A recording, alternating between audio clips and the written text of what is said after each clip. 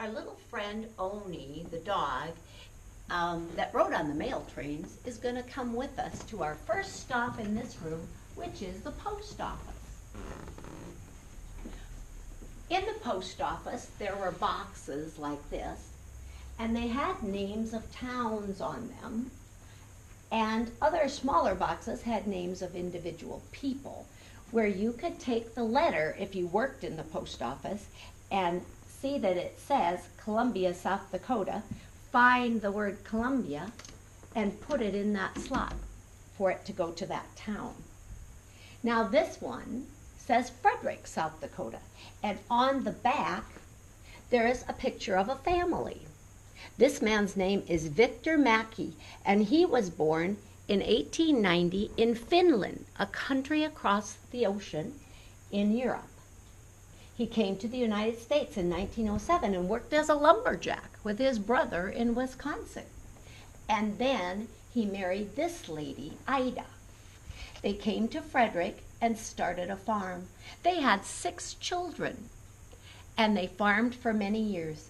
And even when he was an old gentleman, Victor still farmed with this son of his, Alvar, by Frederick until his very end of his life. So I'm going to put that in the Frederick slot. This one says Aberdeen. Can you guess where Aberdeen would be in alphabetical order? A is the first letter of the alphabet, so it will go right there. One thing that's also in the post office sometimes are wanted posters. Because so many people came to the post office, they felt that a lot of people would see these people who were being looked for by the law, and maybe could help identify them and have them captured. So if you would like to make a wanted poster of someone, or even yourself, you can do that right now. And still another thing that's almost always in every post office is a picture of the president. Now in 1890, in frontier town days, this man would have been the president of the United States. His name was President Benjamin Harrison. He was the 23rd president of the United States, and he was president when South Dakota was made into a state in 1889.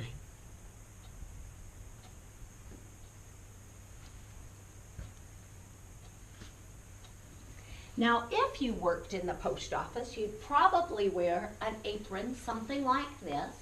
You can see the men in the picture of the sorting room are wearing aprons to keep their clothes clean.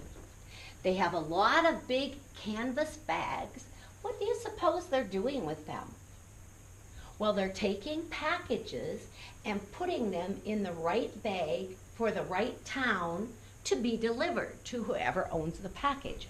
I'm going to the train now, and I'm going to get a couple packages off the train, because a lot of the mail, as we learned in Oni's book, came on the trains. Let's see, Warner, South Dakota. So Warner would be in the southwest. We're going to put it right there in the southwest basket. And this one says Hecla. Hecla would be in the northeast. So we're going to put that in the box that's going to the northeast. How do you think you would like to work in a post office?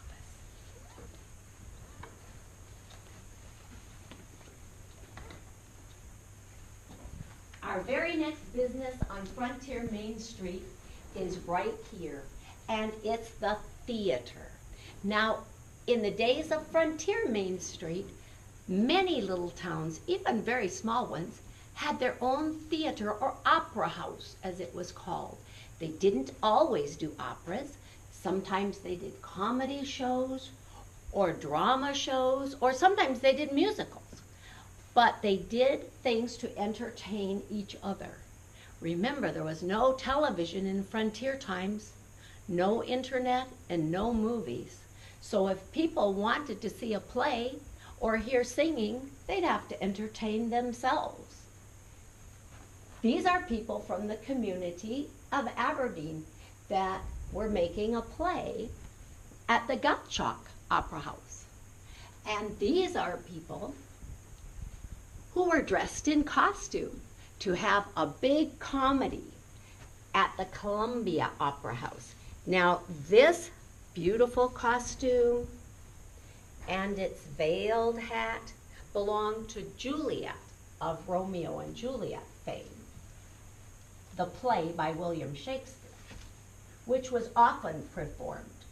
But you could dress in any kind of a fancy costume. Make sure that you looked right for the part in a mirror with a gilded frame.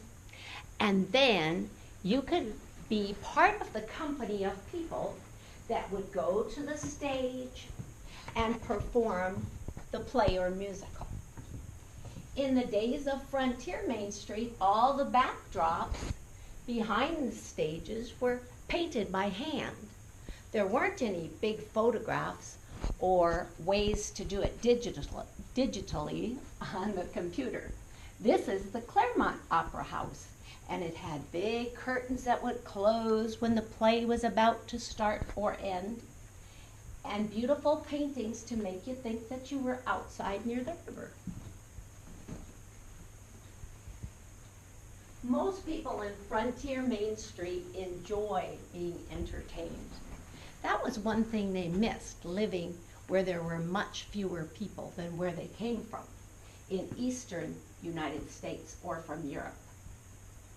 Now, this beautiful building is called the Aberdeen Grain Palace.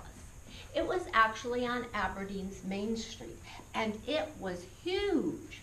Take a look at this photograph. All these are people surrounding the Grain Palace. And if you look closely, there are even people standing on the rooftops of the Grain Palace. Why are they all there, and what are they hoping to see from the rooftops? Well, this was the day that President McKinley visited Aberdeen, and that's why the big crowd. I wonder how he got through all these people to get close to the Grain Palace. The reason they called it the Grain Palace was that at certain times of the year, when the grain was ripe in the fields, they would cut it and stack it into corn shocks, or they would tie it into bundles of grain, and they would put it on the Grain Palace, around the doors, and also inside to decorate it. If you would like to try that, there's more pieces of grain and corn in this box, and you can decorate the Grain Palace however you think it would look nice. The Grain Palace was a huge building that was a big auditorium. Today we would think of like a big concert hall or a giant gym for sporting events. It was that big, so there were many plays that went on, there were graduations, there were political speakers, and there were also farm shows and horse racing and dog racing, not horse racing in the building, but around the building, and dog racing in the building on a movable track. So this is something of what the Grain Palace looked like inside. This is set up for a graduation, so you can see there are a lot of tiny chairs. We know what it looks like from the inside because we have a photograph of it. Do you see the decoration of the grain bundles on the walls hanging around the pillars?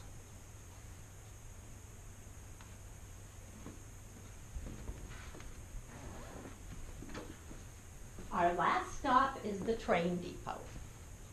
Now, every town on Frontier, in the Frontier times, had a train depot, or they wouldn't have been a town very long.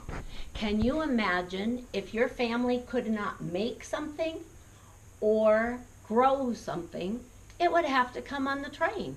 There was absolutely no other way to get it in the stores, money for the banks, or any kind of product. This is the busy train station in Groton, South Dakota. you can see that there are people waiting for the train. And in the early days of Frontier Main Street, the arrival of the train every day would be a huge event. Many times there were crowds of people waiting to see visitors coming on the train or things they needed for their store or business coming on the train. What sounds do you think you would hear if you were at this busy train station? Well, you might hear the whistle of the train as it was coming into the station. And that would be pretty exciting. All of these luggage pieces came on the train. They might be clothes or hats for a lady traveling on the train, or they might be pieces of or ingredients to make chocolate or some other kind of thing for your business that you would need. This is our train station, again at Groton, and it says it's 9:30 right now, so I think the next train is coming at 10 o'clock. We had better get ready. Let's go right here, around this end, behind the station, and there we're going to see an engineer's outfit. So if you would like to be the engineer, you could put on this cap and this outfit. You'll notice that the engineer who drives the train even has some tools. So he would also know how to fix some things about the train that might not be right before he started out of the station. Maybe you would rather be the conductor. The conductor would wear a hat like this and wear a vest like this. If you were the conductor, you would be the boss of the train. You would say when it should start and when it should stop. You would ride along on it, and you would keep your pocket watch right here in your pocket and make sure all the trains were right on schedule. Let's see if we can buy a ticket for the train. If you could ride on our train to anywhere that you wanted, where would that be? I'm going to buy this ticket right there's one for you guys and one for me. And now we're going to take a ride on our train. Let's imagine maybe we want to go to Minneapolis, or maybe to Chicago, even to Boston or New York. We could go anywhere to the east on the train in frontier times. We couldn't go so far to the west, but in time we'll be able to.